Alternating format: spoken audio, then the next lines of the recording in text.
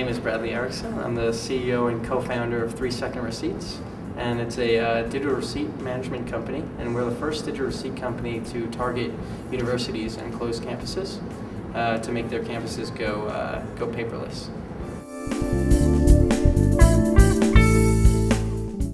I think I've always been an entrepreneur. My brother owned a leaves raking business when he was younger. I worked with him, and I had an eBay business when I was in high school. I was a big power sewer, and I think I've always had that entrepreneur spirit. I've never considered myself an entrepreneur though.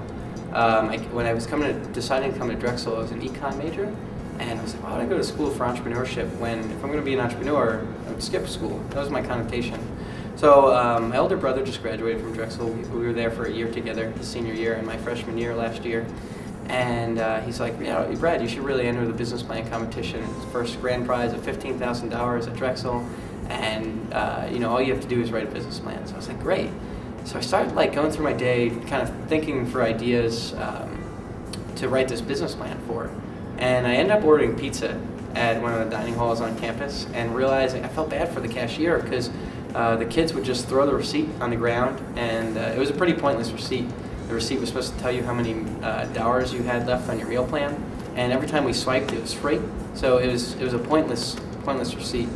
So I talked to my brother, and we sat down, and him and I spent a lot of hours. He owns his own business, so after he was done with work and I was done with school, we got together 11, 12 at night, stayed up a few hours, and pumped out this business plan together. We actually came in third place. We unfortunately didn't win that business plan competition, but it turned from an idea into something that we thought we had a lot of,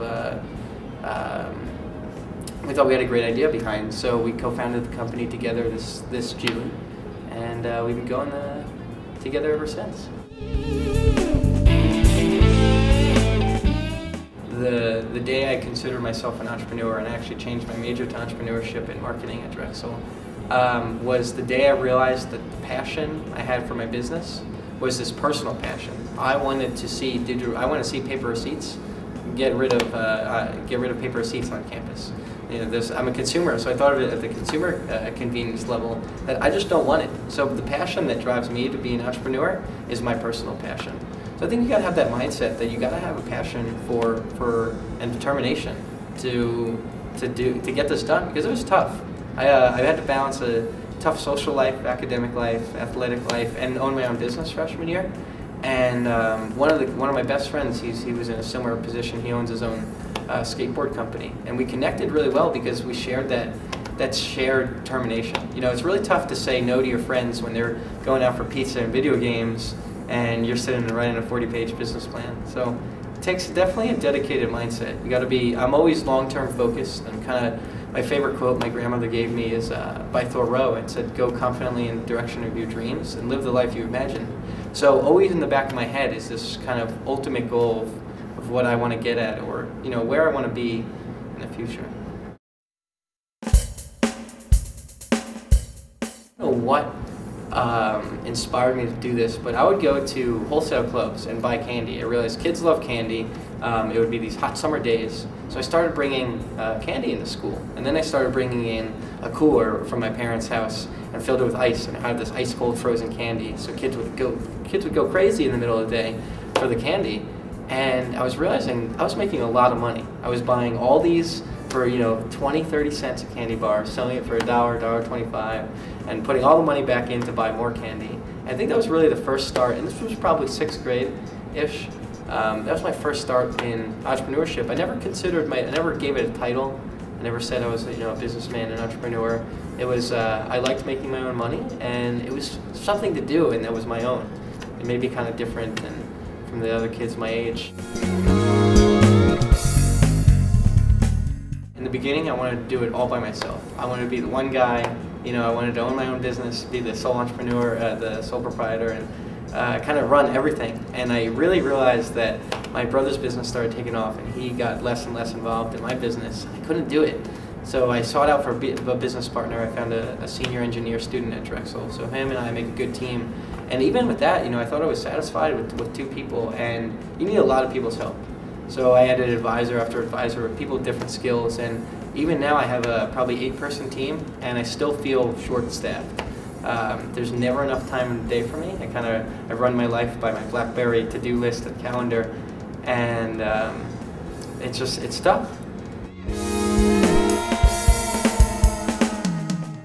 I absolutely love it. I'm from North Jersey, and freshman year everyone gets summer break, and everyone went back home, and all my high school friends got to hang out. And I decided to stick around, work in the office with my brother this whole summer in Philadelphia, and I think it's one of the best decisions of my career for my business. The people here, the Biata Center at Drexel, at PSL, I get messages all the time about how great they think the idea is, if they want to help, and there are just so many messages of help, of offering of help, that I can't even fulfill everyone's request. So I absolutely love the community here.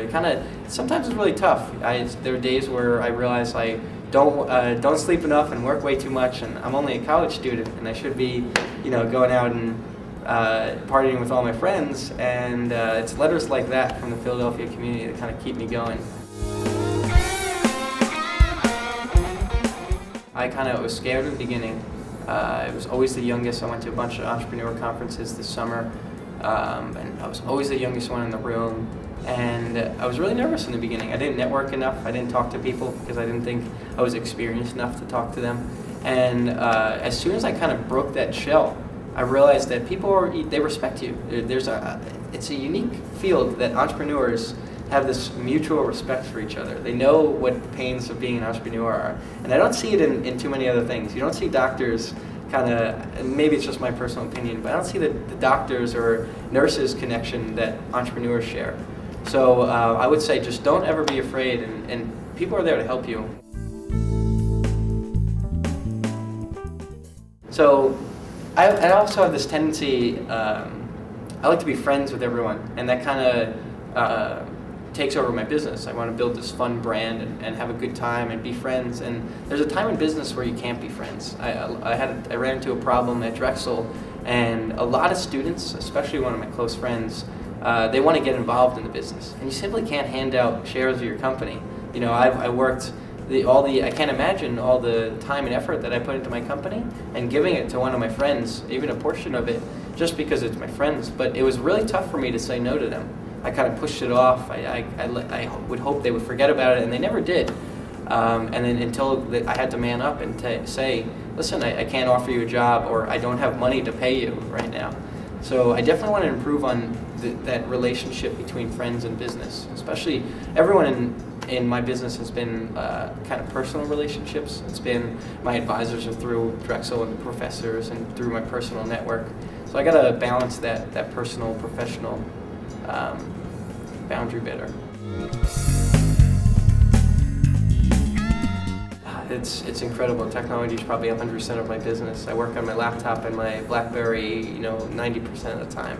And a lot of the connections and talks that I've made have been through Twitter and Facebook. And people made fun of me for using Twitter early on, but I've really embraced this kind of this social media. I'm on LinkedIn, Twitter, Facebook.